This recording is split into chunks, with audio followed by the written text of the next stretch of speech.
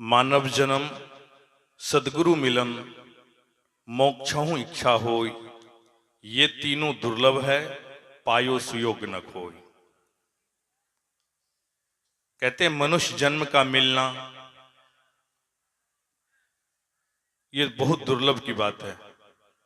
मनुष्य जन्म मिल जाए और यदि मानवता ना आए तो ये दुर्भाग्य की बात है। मानुष जन्म मिल जाना ये सरल है, सहज है, लेकिन यदि मनुष्य के जीवन में मानवता है तो उस जीवन का सौभाग्य,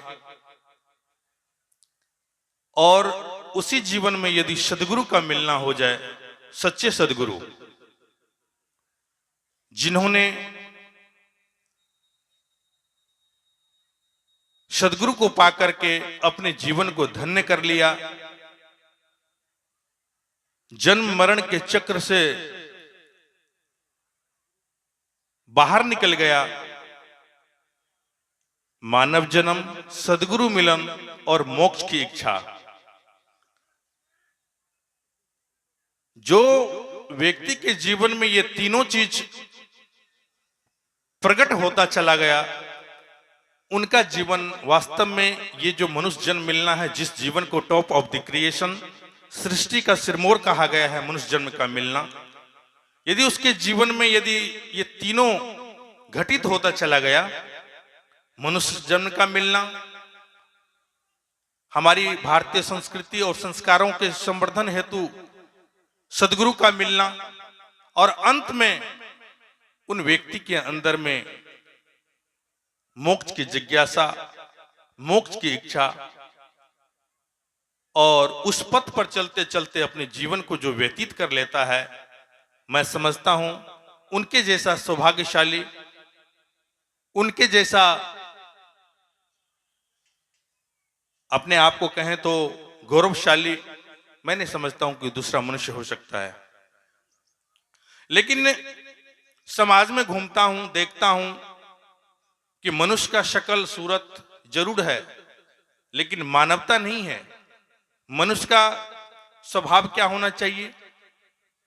परम पूज्य सदगुरु धर्मस्वरूप साहब जी बार बार कहते थे कि बच्चे को पैदा कर लेना सरल है, लेकिन एक बच्चे को संस्कार बच्चा बनाना यह बहुत बड़ा कठिन का काम है। मैं पंजाब में जाता हूं, देखता हूं छोटे छोटे बच्चे को, वो बच्चे गुरुद्वारे में जाकर के और लंबे दंडवत करते हैं, माथा टेकते हैं। क्यों? क्योंकि उनके माता पिता वो संस्कार देते हैं, और वो जैसे चलते हैं वो बच्चे को वो देख करके ही कहते, बनाने से पहले बनो और जनाने के पहले स्वयं जानो। यदि आप चाहते हैं कि हमारा बच्चा संस्कारवान हो, आप चाहते हैं कि हमारे समाज के लोग सभी शिक्षित हो, व्यवहारिक हो, संस्कारवान हो, तो आपको एक कदम आगे की ओर बढ़ाना होगा और स्वयं को चलना होगा।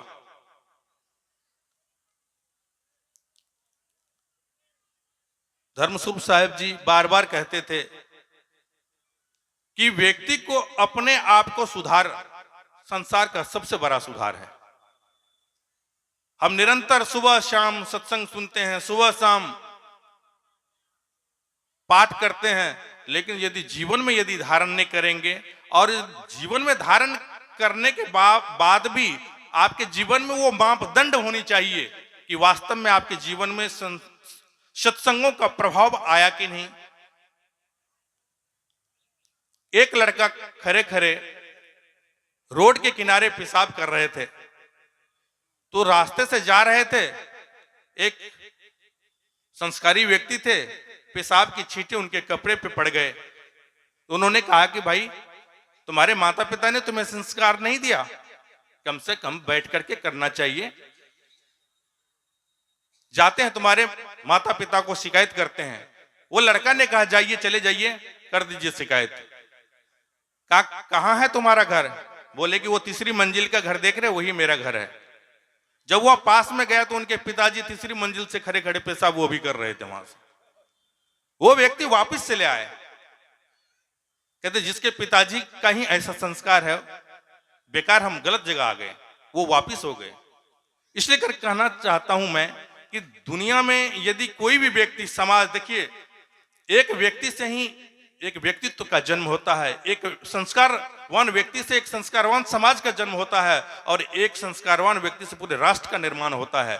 तो हमें चाहिए कि बनाने से पहले बने और जनाने के पहले स्वयं जाने।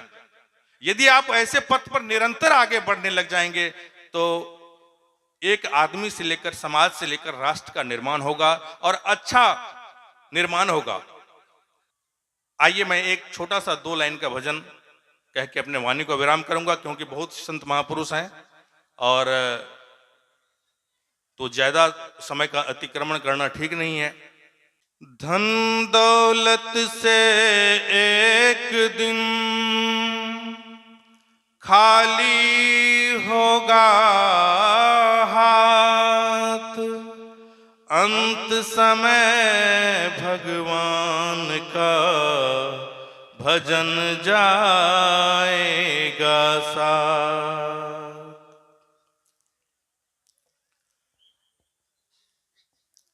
तेरी शरण में आकर मैं धन्य हो गया, तेरी शरण में आकर मैं धन्य हो गया।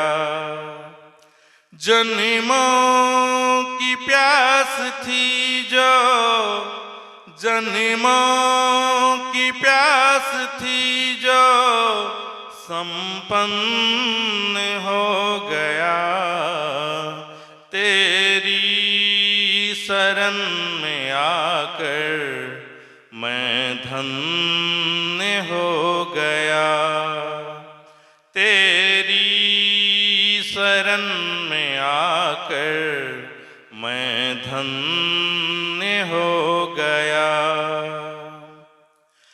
कितने मिले अमीर यहाँ, कितने गरीब, जब आप मिल गए तो सब धन्य मिल गया, तेरी शरण में आकर मैं धन्य हो गया। जन्मों की प्यास थी जो, जन्मों की प्यास थी जो संपन्न हो गया, तेरी शरण में आकर मैं धन्य हो गया, तेरी शरण में आकर मैं धन्य हो गया। मनुष्य का जीवन धन्य तब होगा कि उनके जीवन में सेवा और सुमरण, मनुष्य जीवन का सार्थकता तब भी है कि जब उसके जीवन में सेवा और सुमरण भी होना चाहिए। मैं पिछले वर्ष आया हुआ था यहाँ पे, जो पूज्य गुरुदेव जी की जो समाधि है वो भव्य समाधि बननी चाहिए। आप देखेंगे पंजाब में, हरियाणा में इतने अच्छे गुरुद्वारे, लोग पैसे का दुरुपयोग कर देते हैं, गुटखा खा करके फेंक देते हैं, पान खा करके फेंक देते हैं, लेकिन एक सच्चे संतों का समाधि में इतनी लेट और इतने बनने में विलंब, अभी तक न जाने ये काम कहां तक पहुंचनी चाहिए।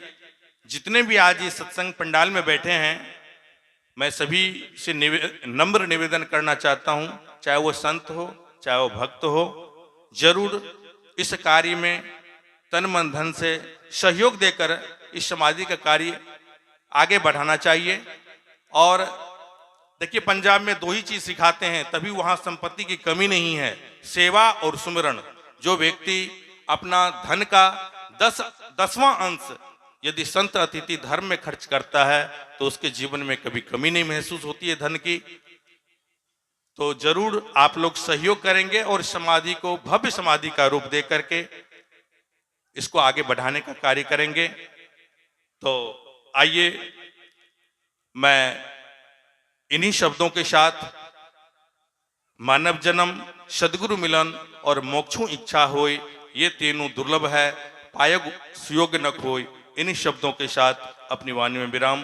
बोलिए सदगुरुदेव की जय।